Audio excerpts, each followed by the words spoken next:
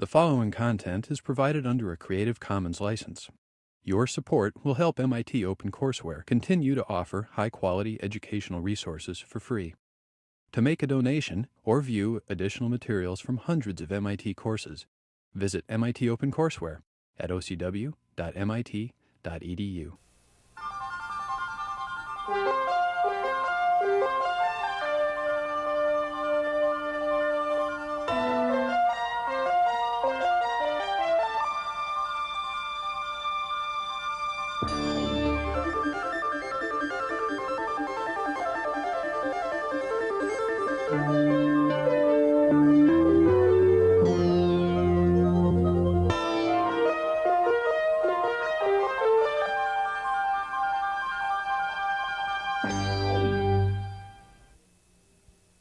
Over the last series of lectures, in discussing filtering, modulation, and sampling, we've seen how powerful and useful the Fourier transform is.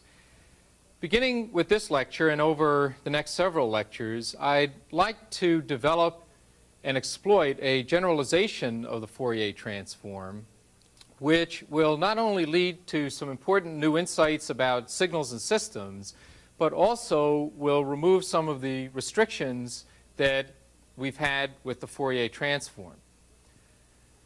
The generalization that we'll be talking about in the continuous time case is referred to as the Laplace transform, and in the discrete time case is referred to as the Z transform.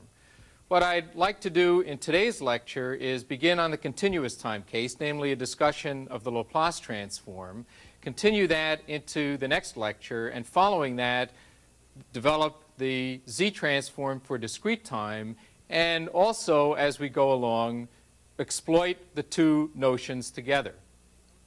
Now, to introduce the notion of the Laplace transform, let me remind you again of what led us into the Fourier transform. We developed the Fourier transform by considering the idea of representing signals as linear combinations of basic signals. And in the Fourier transform, in the continuous time case, the basic signals that we picked in the representation were complex exponentials, and in what we had referred to as the synthesis equation corresponded to, in effect, a decomposition as a linear combination, a decomposition of x of t as a linear combination of complex exponentials. And of course, associated with this was the corresponding analysis equation that in effect gave us the amplitudes associated with the complex exponentials. Now, why did we pick complex exponentials? Well, recall that the reason was that complex exponentials are eigenfunctions of linear time invariant systems, and that was very convenient. Specifically, if we have a linear time invariant system with an impulse response h of t, what we had shown is that that class of systems has the property that if we put in a complex exponential, we get out a complex exponential at the same frequency and with a change in amplitude. And this change in amplitude, in fact, corresponded, as we showed as the discussion went along, to the Fourier transform of the system impulse response. So the notion of decomposing signals into complex exponentials was very intimately connected, and the Fourier transform was very intimately connected with the eigenfunction property of complex exponentials for linear time invariant systems. Well, complex exponentials of that type are not the only eigenfunctions for linear time invariant systems. In fact, what you've seen previously is that if we took a more general exponential, e to the st, where s is a more general complex number, not just j omega, but in fact sigma plus j omega, for any value of s, the complex exponential is an eigenfunction, and we can justify that simply by substitution into the convolution integral In other words, the response to this complex exponential is the convolution of the impulse response with the excitation. And notice that we can break this term into a product, e to the st, e to the minus s tau. And the e to the st term could come outside the integration. And consequently, just carrying through that algebra would reduce this integral to an integral with an e to the st factor outside. So just simply carrying through the algebra, what we would conclude is that a complex exponential with any complex number s would generate as an output a complex exponential of the same form multiplied by whatever this integral is. And this integral, of course, will depend on what the value of s is, but that's all that it will depend on. Or said another way, what this all can be denoted as is some function h of s that depends on the value of s. So finally, then, e to the st as an excitation to a linear time invariant system generates a response which is a complex constant, depending on s, multiplying the same function that excited the system. So what we have then is the eigenfunction property more generally in terms of a more general complex exponential where the complex factor is given by this integral. Well, in fact, what that integral corresponds to is what we will define as the Laplace transform of the impulse response. And in fact, we can apply this transformation to a more general time function that may or may not be the impulse response of a linear time invariant system. And so in general, it is this transformation on a time function which is the Laplace transform of that time function, and it's a function of s. So the definition of the Laplace transform is that the Laplace transform of a time function x of t is the result of this transformation on x of t. It's denoted as x of s, and as a shorthand notation, as we had with the Fourier transform, then we have in the time domain the time function x of t, and in the Laplace transform domain the function x of s. And these then represent a transform pair. Now, let me remind you that the development of that mapping is exactly the process that we went through initially in developing a mapping that ended up giving us the Fourier transform. Essentially, what we've done is just broadened our horizon somewhat, or our notation somewhat, and rather than pushing just a complex exponential through the system, we've pushed a more general time function, e to the st, where s is a complex number with both a real part and an imaginary part. Well, the discussion that we've gone through so far, of course, is very closely related to what we went through for the Fourier transform. The mapping that we've ended up with is called the Laplace transform. And as you can well imagine, and perhaps may have recognized already, there's a very close connection between the Laplace transform and the Fourier transform. Well, to see one of the connections, what we can observe is that if we look at the Fourier transform expression, and if we look at the Laplace transform expression, where s is now a general complex number sigma plus j omega, these two expressions, in fact, are identical if, in fact, sigma is equal to 0. If sigma is equal to 0 so that s is just j omega, then all that this transformation is the same as that. Substitute in s equals j omega, and this is what we get. So what this then tells us is that if we have the Laplace transform, and if we look at the Laplace transform at S equals j omega, then that in fact corresponds to the Fourier transform of x of t. Now, there's a slight notational issue that this raises, and it's very straightforward to clean it up, but it's something that you have to just kind of focus on for a second to understand what the issue is. Notice that on the left-hand side of this equation, x of s, representing the Laplace transform, when we look at that with sigma equal to 0 or s equal to j omega, our natural inclination is to write that as x of j omega, of course.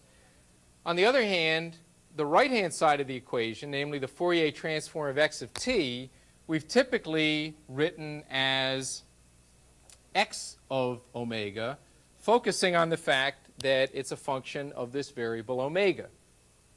Well, there's a slight awkwardness here, because here we're talking about an argument j omega, here we're talking about an argument omega, and a very straightforward way of dealing with that is to simply change our notation for the Fourier transform, recognizing that the Fourier transform, of course, is a function of omega, but it's also, in fact, a function of j omega. And if we write it that way, then the two notations come together. In other words, the Laplace transform at s equals j omega just simply reduces both mathematically and notationally to the Fourier transform. So the notation that we'll now be adopting for the Fourier transform is the notation whereby we express the Fourier transform no longer simply as x of omega, but choosing as the argument j omega. Simple notational change. Now, here we see one relationship between the Fourier transform and the Laplace transform, namely that the Laplace transform for s equals j omega reduces to the Fourier transform. We also have another important relationship, in particular the fact that the Laplace transform can be interpreted as the Fourier transform of a modified version of x of t. Let me show you what I mean. Here, of course, we have the relationship that we just developed, namely at s equals j omega, the Laplace transform reduces to the Fourier transform. But now let's look at the more general Laplace transform expression. And if we substitute in s equals sigma plus j omega, which is the general form for this complex variable s, and we carry through some of the algebra, breaking this into the product of two exponentials, e to the minus sigma t times e to the minus j omega t, we now have this expression where, of course, in both of these there is a dt.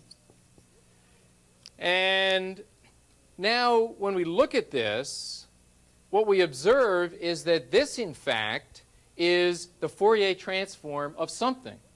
What's the something? It's not x of t anymore. It's the Fourier transform of x of t multiplied by e to the minus sigma t. So if we think of these two terms together, this integral is just the Fourier transform. It's the Fourier transform of x of t multiplied by an exponential. If sigma is greater than 0, it's an exponential that decays with time. If sigma is less than 0, it's an exponential that grows with time. So we have then this additional relationship, which tells us that the Laplace transform is the Fourier transform of an exponentially weighted time function. Now, this exponential weighting has some important significance. In particular, recall that there were issues of convergence with the Fourier transform. In particular, the Fourier transform may or may not converge. And for convergence, in fact, what's required is that the time function that we're transforming be absolutely integrable. Now, we can have a time function that isn't absolutely integrable because, let's say, it grows exponentially as time increases. But when we multiply it by this exponential factor that's embodied in the Laplace transform, in fact, that brings the function back down for positive time and will impose absolute integrability on the product of x of t times e to the minus sigma t. And so the conclusion, an important point, is that the Laplace transform, the Fourier transform of this product may converge, even though the Fourier transform of x of t doesn't. In other words, the Laplace transform may converge even when the Fourier transform doesn't converge. And we'll see that, and we'll see examples of it as the discussion goes along. Now, let me also draw your attention to the fact, although we won't be working through this in detail, to the fact that this equation, in effect, provides the basis for us to figure out how to express x of t in terms of the Laplace transform. In effect, we can apply the inverse Fourier transform to this, thereby to this, account for the exponential factor by bringing it over to the other side.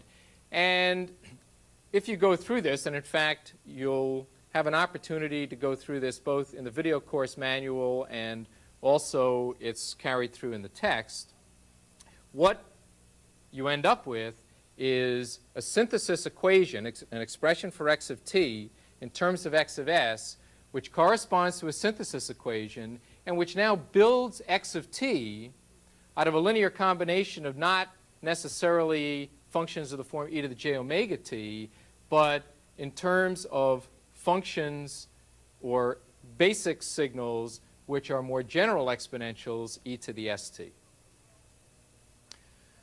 Okay, well, let's just look at some examples of the Laplace transform of some time functions. And these examples that I'll go through are all examples that are worked out in the text. And so I don't want to focus on the algebra. What I'd like to focus on are some of the issues and the interpretation. Let's first of all look at the example in the text, which is example 9.1. If we take the Fourier transform of this exponential, then as you well know, the result that we have is 1 over j omega plus a, and that can't converge for any a. In particular, it's only for a greater than 0. What that really means is that for convergence of the Fourier transform, this has to be a decaying exponential. It can't be an increasing exponential. If instead we apply the Laplace transform to this, applying to the Laplace transform is the same as taking the Fourier transform of x of t times an exponential, and the exponential that we would multiply by is e to the minus sigma t.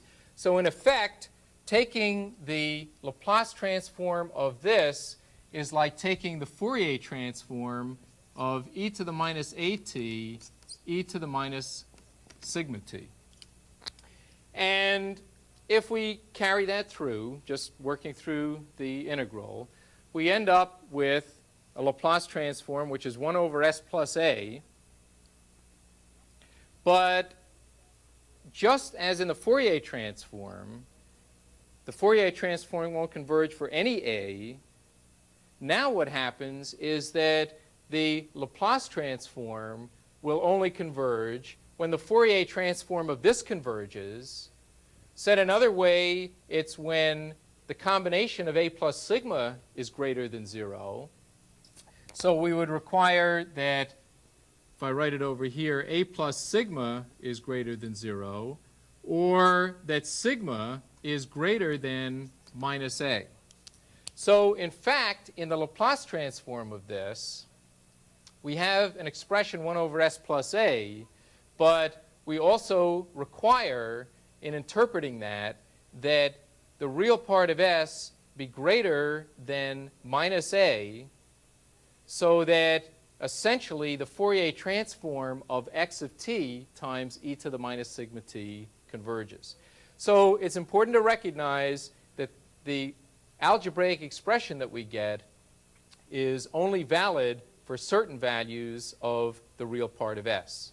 And so for this example, we can summarize it as this exponential has a Laplace transform which is 1 over s plus a, where s is restricted to the range, the real part of s greater than minus a.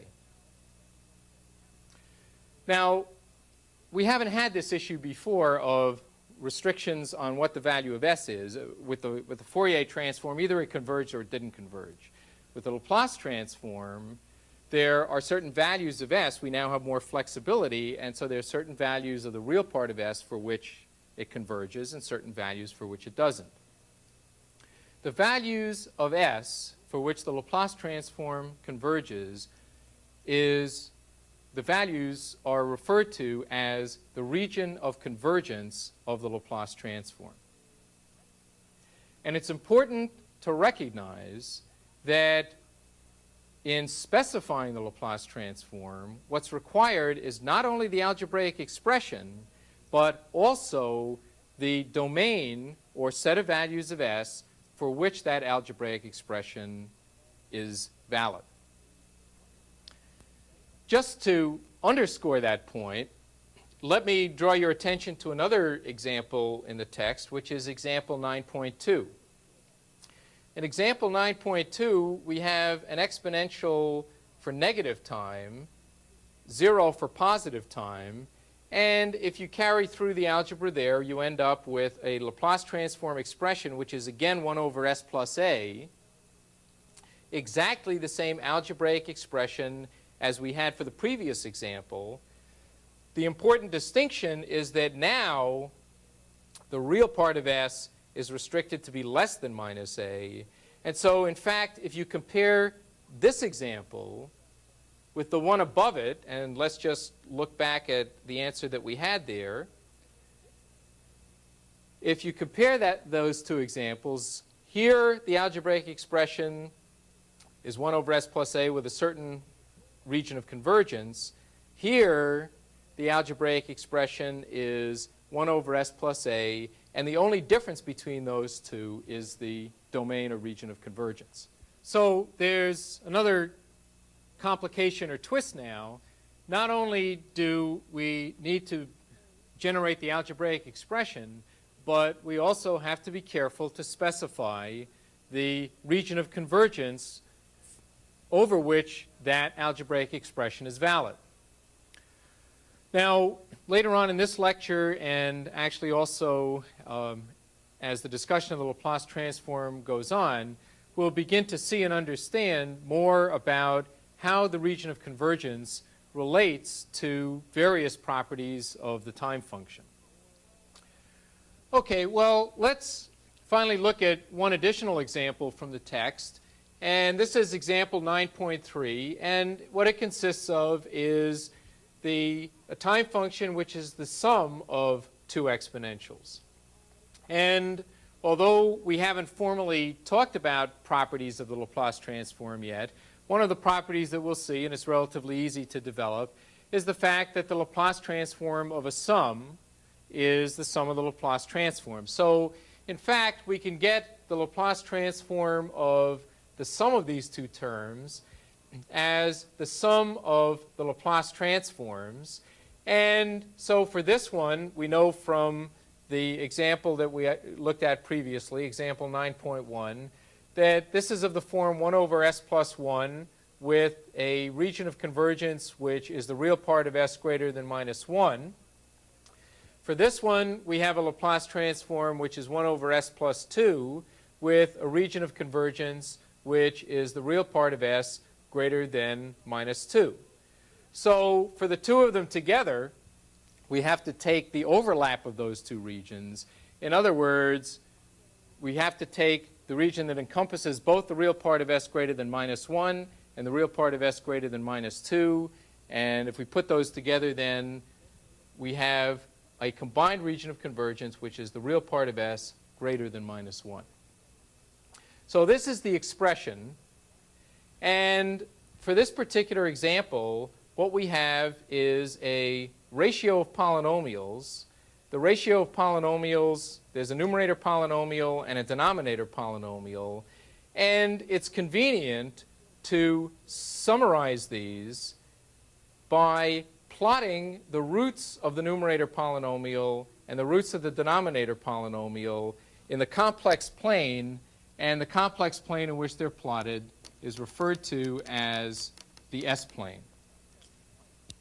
So we can, for example, take the denominator polynomial and summarize it by specifying the fact, or by representing the fact, that it has roots at s equals minus 1 and at s equals minus 2. And I've done that in this picture by putting an x where the roots of the denominator polynomial are. The numerator polynomial has a root at s equals minus 3/2, and I've represented that by a circle. So these are the roots of the denominator polynomial, and this is the root of the numerator polynomial for this example. And also for this example, we can represent the region of convergence, which is the real part of s greater than minus 1, and so that's in fact the region over here.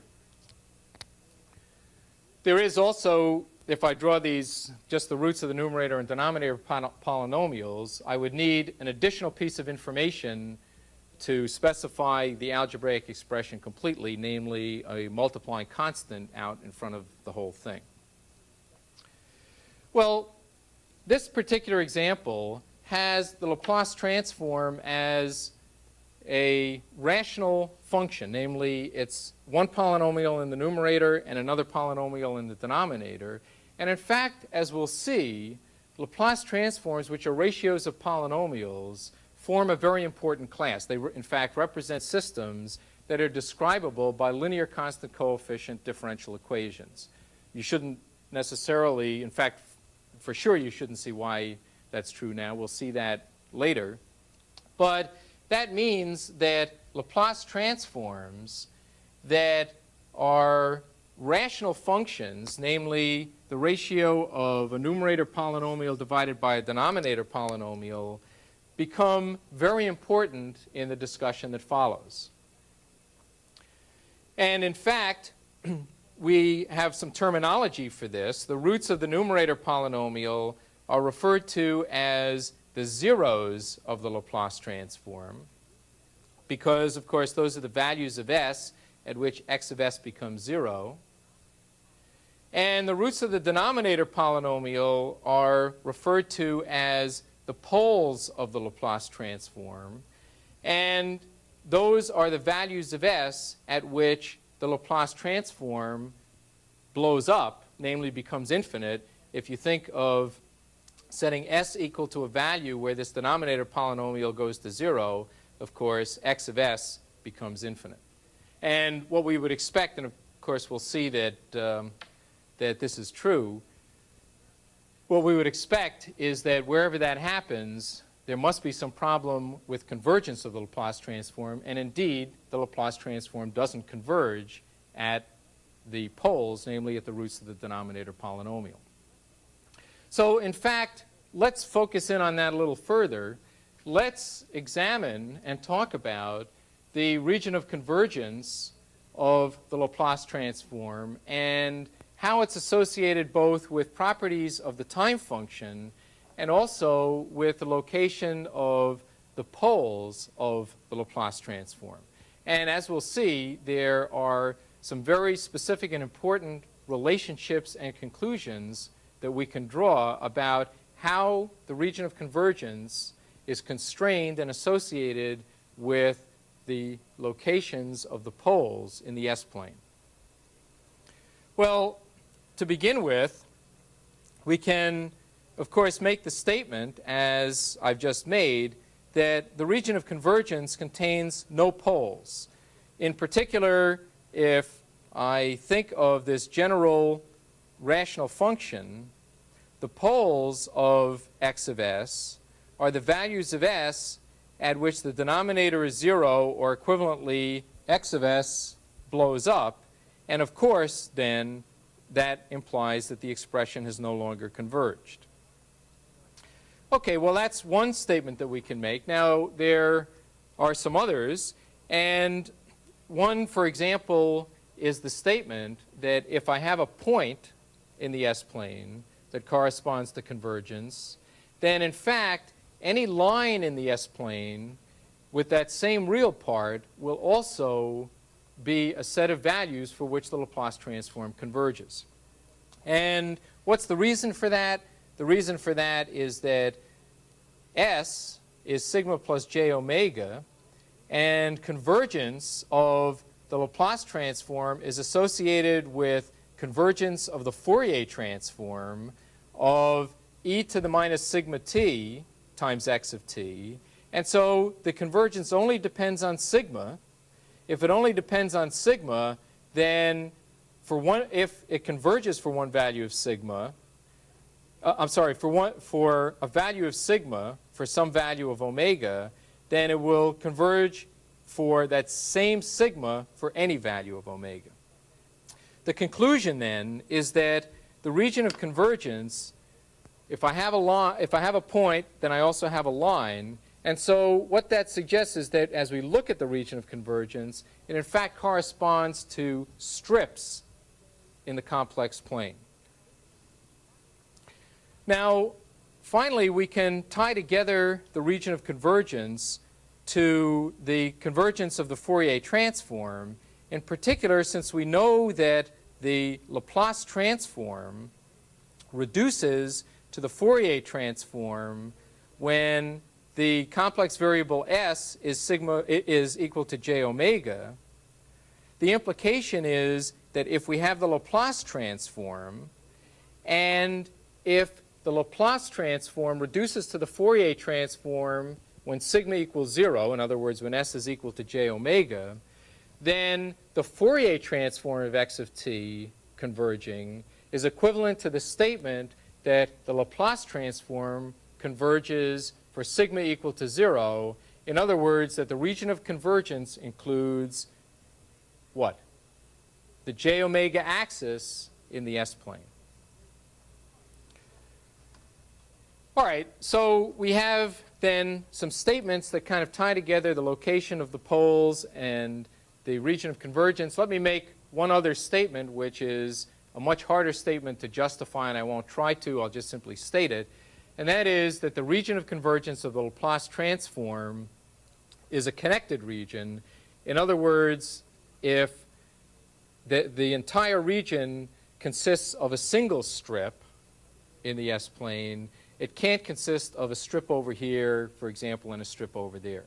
Well, let me emphasize some of those points a little further. Let's suppose that I have a Laplace transform, and the Laplace transform that I'm talking about is a rational function which is 1 over s plus 1 times s plus 2. Then the pole zero pattern, as it's referred to in the S-plane, the location of the roots of the numerator and denominator polynomials, of course there is no numerator polynomial, the denominator polynomial roots, which I've represented by these x's, are shown here, and so this is the pole zero pattern. And from what I've said, the region of convergence can't include any poles, and it must correspond to strips in the S-plane, and furthermore, it must be just one connected region rather than multiple regions. And so with this algebraic expression, then, the possible choices for the region of convergence consistent with those properties are the following. One of them would be a region of convergence to the right of this pole. A second would be a region of convergence which lies between the two poles, as I show here. And a third is a region of convergence which is to the left of this pole. And because of the fact that I said without proof that the region of convergence must be a single strip, it can't be multiple strips, in fact, we could not consider as a possible region of convergence what I show here. So, in fact, this is not a valid region of convergence. there are only three possibilities associated with this pole zero pattern, namely to the right of this pole, between the two poles, and to the left of this pole. Now, to carry the discussion further, we can, in fact, associate the region of convergence of the Laplace transform with some very specific characteristics of the time function. And what this will do is to help us understand how for various choices of the region of convergence, the interpretation that we can impose on the related time function. Let me show you what I mean. Suppose that we start with a time function, as I indicate here, which is a finite duration time function. In other words, it's 0 except in some time interval. Now, recall that the Fourier transform converges if the time function has the property that it's absolutely integrable. And as long as everything stays finite in terms of amplitudes in a finite duration signal, there's no difficulty that we're going to run into here. Now, here the Fourier transform will converge, and now the question is, what can we say about the region of convergence of the Laplace transform? Well, the Laplace transform is the Fourier transform of the time function multiplied by an exponential, and so we can ask about whether we can destroy the absolute integrability of this by multiplying by an exponential that grows too fast or decays too fast or whatever. And let's take a look at that. Suppose that this time function is absolutely integrable. And let's multiply it by a decaying exponential. So this is now x of t times e to the minus sigma t, if I think of multiplying these two together. And what you can see is that for positive time, sort of thinking informally, I'm helping the integrability of the product because I'm pushing this part down. For negative time, unfortunately, I'm making things grow, but I don't let them grow indefinitely because there's some time before which this is equal to 0. Likewise, if I had a growing exponential, then for a growing exponential for negative time, or for this part, I'm making things smaller. For positive time, eventually this exponential is growing without bound, but the time function stops at some point. So the idea then kind of is that for a finite duration time function, no matter what kind of exponential I multiply by, whether it's going this way or going this way, because of the fact that essentially the limits on the integral are finite, I'm guaranteed that I'll always maintain absolute integrability. And so, in fact, then, for a finite duration time function, the region of convergence is the entire S-plane. Okay, now, we can also make statements about other kinds of time functions.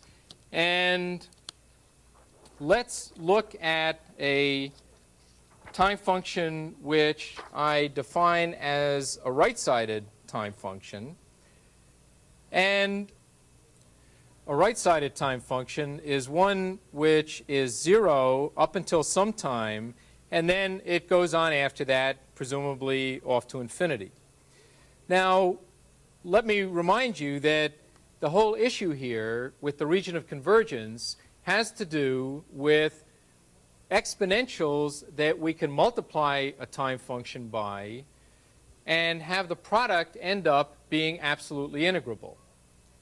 Well, suppose that when I multiply this time function by an exponential which, let's say, decays, but an exponential e to the minus sigma 0 t, what you can see sort of intuitively is that if this product is absolutely integrable, if I were to increase sigma 0, then I'm making things even better for positive time because I'm pushing them down.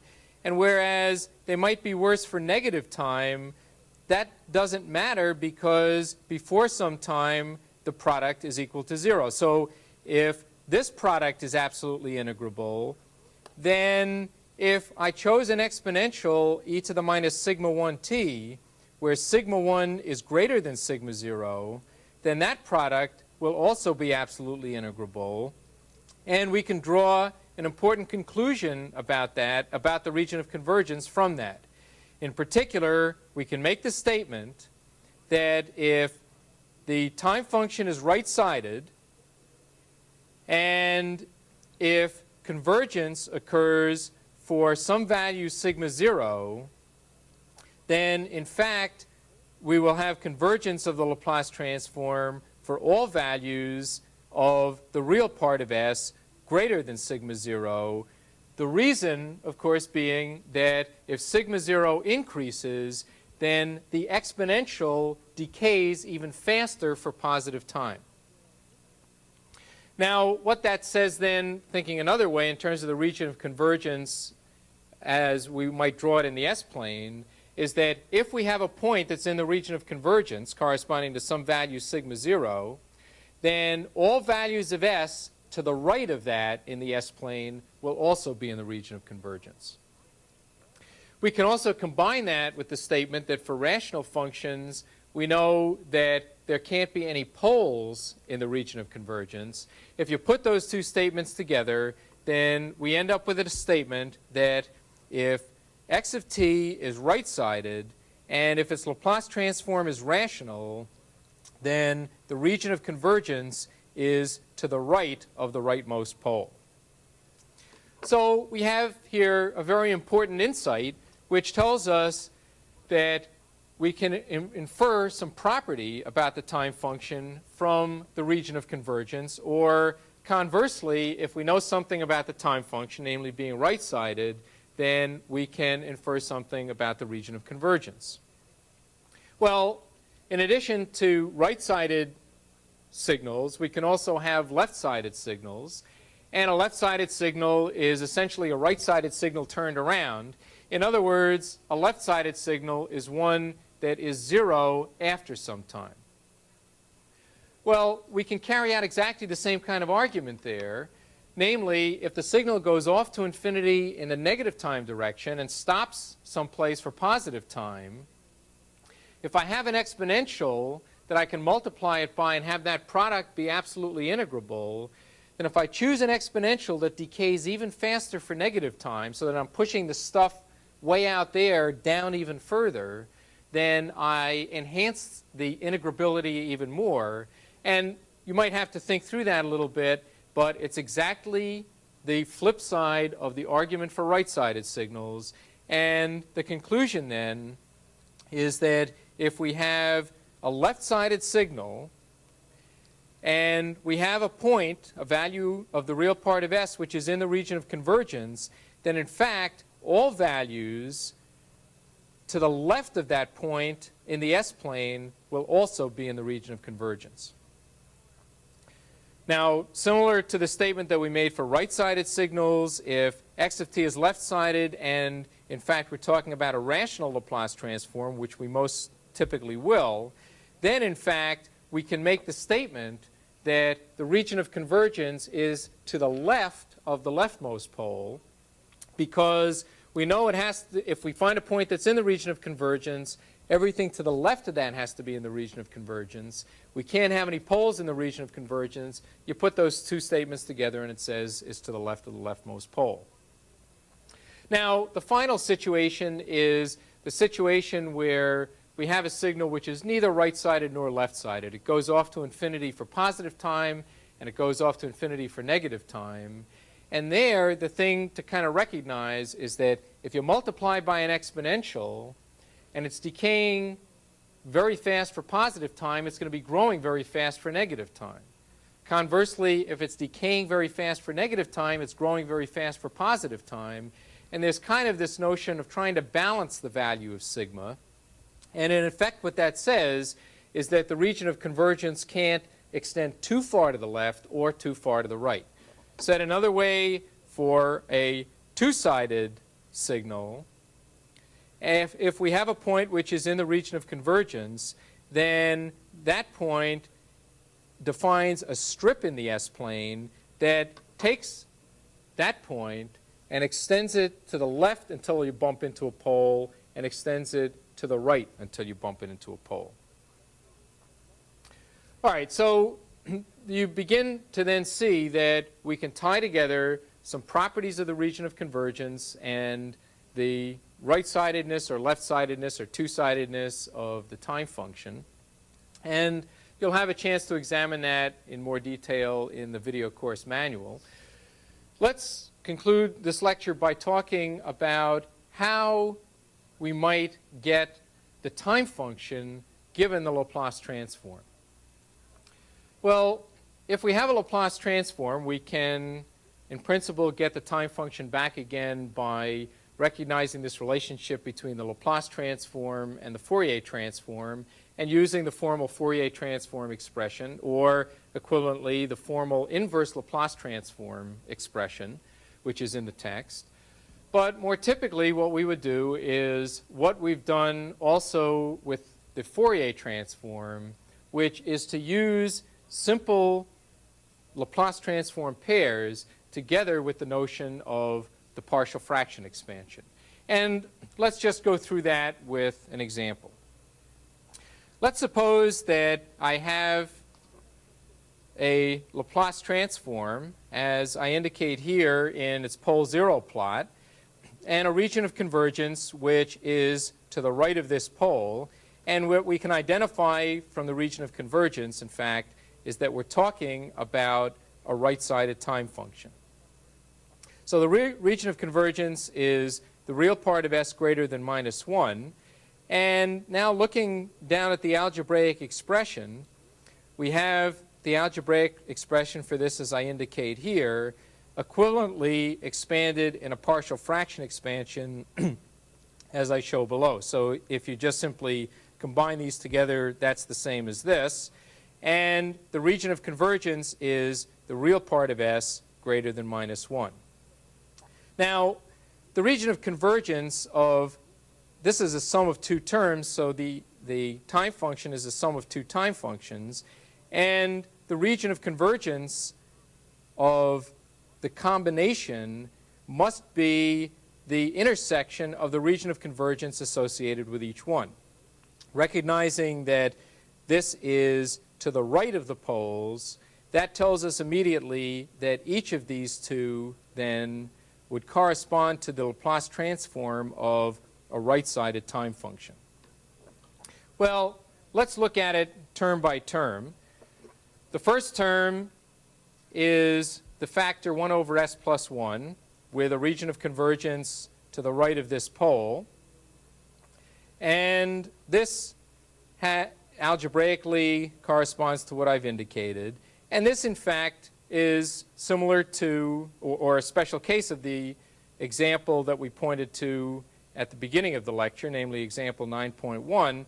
And so we can just simply use that result. If you think back to that example or refer to your notes, we know that a time function of the form e to the minus at gives us the Laplace transform, which is 1 over s plus a with the real part of s greater than minus a.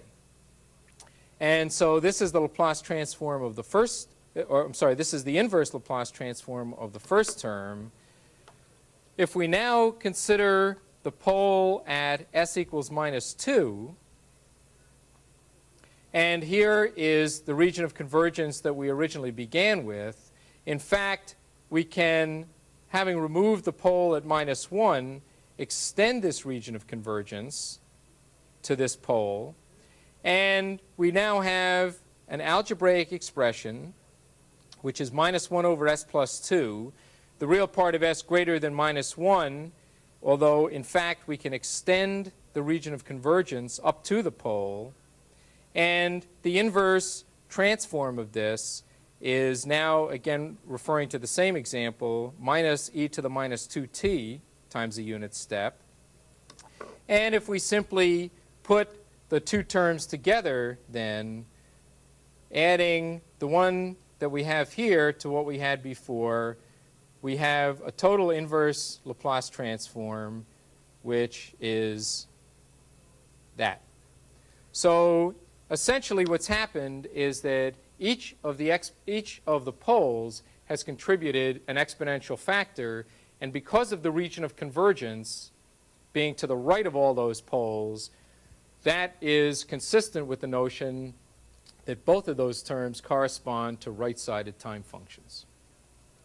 Well, let's just focus for a second or two on the same pole zero pattern, but instead of a region of convergence which is to the right of the poles, as we had before, we'll now take a region of convergence which is between the two poles, and I'll let you work through this more leisurely in the video course manual, but when we carry out the partial fraction expansion, as I've done below, we would now associate with this pole a region of convergence to the right, with this pole a region of convergence to the left, and so what we would have is the sum of a right-sided time function due to this pole, and in fact it's of the form e to the minus t for t positive, and a left-sided time function due to this pole, and in fact that's of the form e to the minus 2t for t negative. And so in fact the answer that we will get when we decompose this, use the partial fraction expansion, being very careful about associating the region of convergence of this pole to the right and of this pole to the left, we'll have then, when we're all done, a time function which will be of the form e to the minus t times a unit step for t positive, and then we'll have a term of the form e to the, I'm sorry, this would be e to the minus 2t, since this is at minus 2 and this is at minus 1. This would be a plus sign, and this would be minus e to the minus t for t negative. And you'll look at that a little more carefully when you sit down with the video course manual. Okay, well, what we've gone through rather quickly is an introduction to the Laplace transform, and a couple of points to underscore again is the fact that the Laplace transform is very closely associated with the Fourier transform, and in fact the Laplace transform for s equals j omega reduces to the Fourier transform, but more generally the Laplace transform is the Fourier transform of x of t with an exponential weighting, and there are some exponentials for which that product converges. There are other exponentials for which that product has a Fourier transform that doesn't converge. That then imposes on the discussion of the Laplace transform what we refer to as the region of convergence. And it's very important to understand that in specifying a Laplace transform, it's important to identify not only the algebraic expression, but also the values of S, namely, for which it's valid, namely the region of convergence of the Laplace transform. Finally, what we did was to tie together some properties of a time function with things that we can say about the region of convergence of its Laplace transform. Now, just as with the Fourier transform, the Laplace transform has some very important properties, and out of these properties both are some mechanisms for using the Laplace transform for such systems as those described by linear constant coefficient differential equations. But more importantly, the properties will help us, as we understand them further, will help us in using and exploiting the Laplace transform to study and understand linear time invariant systems. And that's what we'll go on to next time, in particular talking about properties and then associating with linear time invariant systems much of the discussion that we've had today relating to the Laplace transform. Thank you.